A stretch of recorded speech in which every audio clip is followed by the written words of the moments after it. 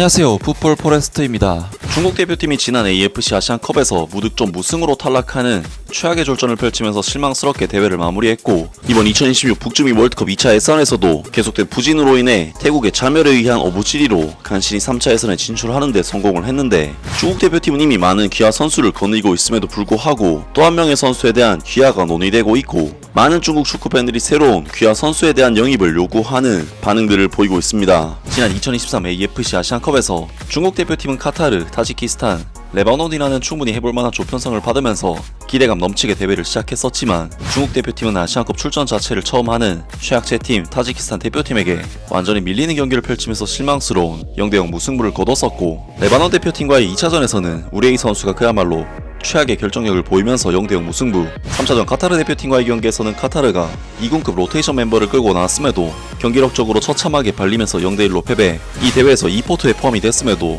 단 한 골도 넣지 못하고 단 한 번도 못 이기는 최악의 성적을 거두면서 치욕적인 탈락을 당했었는데요. 물론 중국 대표팀의 전력이 아시아에서도 그리 강한 전력으로 평가받는 팀은 아니긴 하지만, 지난 두 대회 연속 8강에는 올라왔던 팀이기 때문에 이번 대회 중국 대표팀의 부진은 그야말로 충격적인 결과였습니다. 그리고 중국 대표팀은 아시안컵에서의 최악의 부진을 거둔 양코비치 감독을 대회 직후 경질하는 결정을 내렸고, 양코비치 감독의 후임으로 오만 대표팀과 이란 대표팀 등 중동에서 상당한 경력을 쌓았던 이반코비치 감독을 선임했었는데, 그럼에도 불구하고 중국 대표팀은 최약체 싱가포르 대표팀 원정에서 2대2로 비기는 등 도저히 용납할 수 없는 결과를 받으면서 쓸데없이 승점을 낭비했고, 지난주에는 태국이라는 역시나 동남아 팀을 상대로 홈에서 비기는 최악의 결과를 얻으면서 정말로 탈락 위기까지 빠졌고, 대한민국 대표팀과의 마지막 경기에서도 패배를 당했지만 태국의 참여과 함께 간신히 3차 예선 진출에 성공한 상태입니다.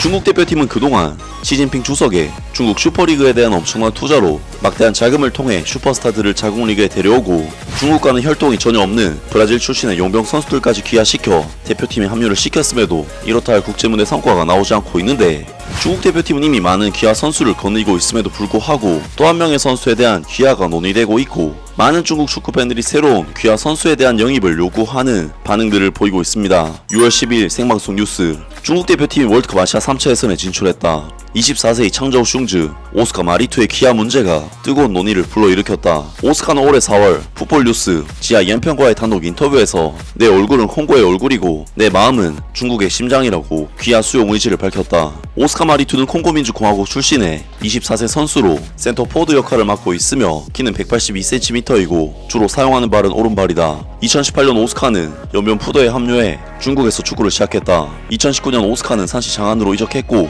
2020년에는 창저우 슝스에 합류했다. 팬들은 그가 중국 대표팀에 귀화할 수 있기를 바라며 오스카에게 중국 대표팀의 합성 사진을 선물했다. 오스카 마리투는 내가 부른 국가에 대해 어떻게 생각하시나요? 라고 대답을 냈다. 오스카는 질문에 직접 대답하기 전에 먼저 중국 국가를 불렀다. 알고 보니 오스카는 최근 중국 국가 가사를 배우기 위해 번역가인 샤오 저우를 괴롭혔으며, 그는 오랫동안 중국 국가의 멜로디를 매우 좋아했다고 말했다. 멜로디나 리듬은 정말 좋은데 아직 중국어를 모른다는 게 아쉽다고 한다.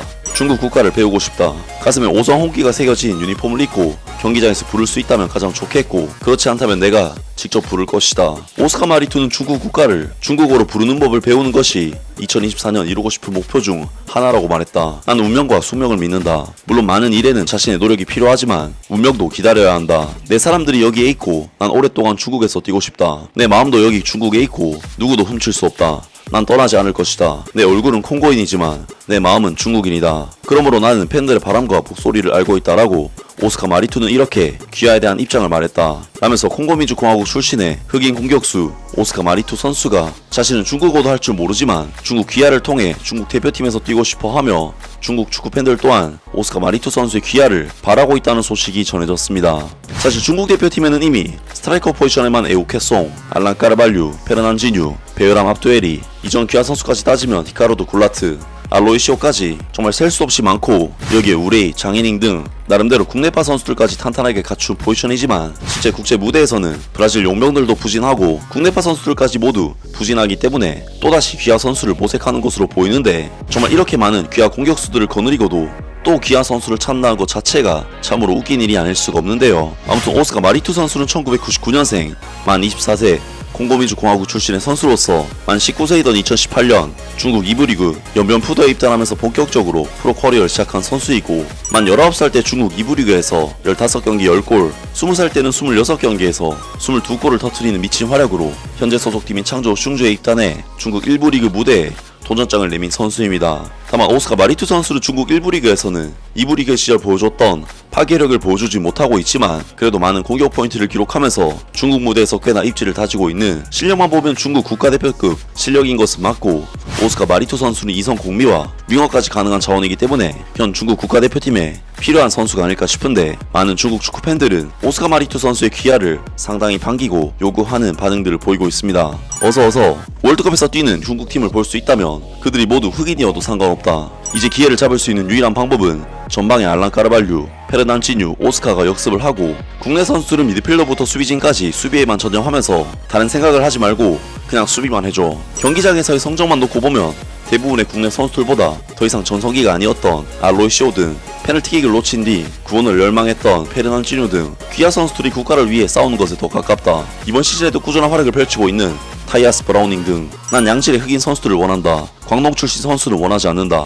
이제 중앙 수비수 2명, 미드필더 2명, 공격수 2명의 귀하를 계획하면 팀이 안정될 것이다. 그와 함께라면 페르난지뉴는 더 이상 혼자가 아니다. 두 사람은 힘을 합쳐 빠르게 반격하고 우리와 협력해 포인트를 잡는다. 서둘러서 계획을 세워라. 그렇지 않으면 3차 예선에서 고문을 당할 것이다. 등등 많은 중국 축구 팬들이 확실히 이미 많은 귀하 선수들을 받은 만큼 귀하에 대해 딱히 거부감이 없는 반응을 보였고, 하루빨리 오스카 마리투 선수를 대표팀에 데려와서 공격진을 귀하 선수로 채우라는 이야기를 남겼습니다. 확실히 중국 대표팀은 마리투 선수까지 오게 된다면 공격진의 페르난지뉴, 에우케송, 알란 까르발류에 오스카 마리투까지 외국인 공격수만 4명이나 세울 수 있기 때문에 아시아에서는 정말 위협적인 공격진 구성이 가능해지는데, 한편으로는 인구가 14억인 나라가 이렇게까지 용병에 의존해야 한다는 것이 좀 애처롭다는 생각도 드는데요.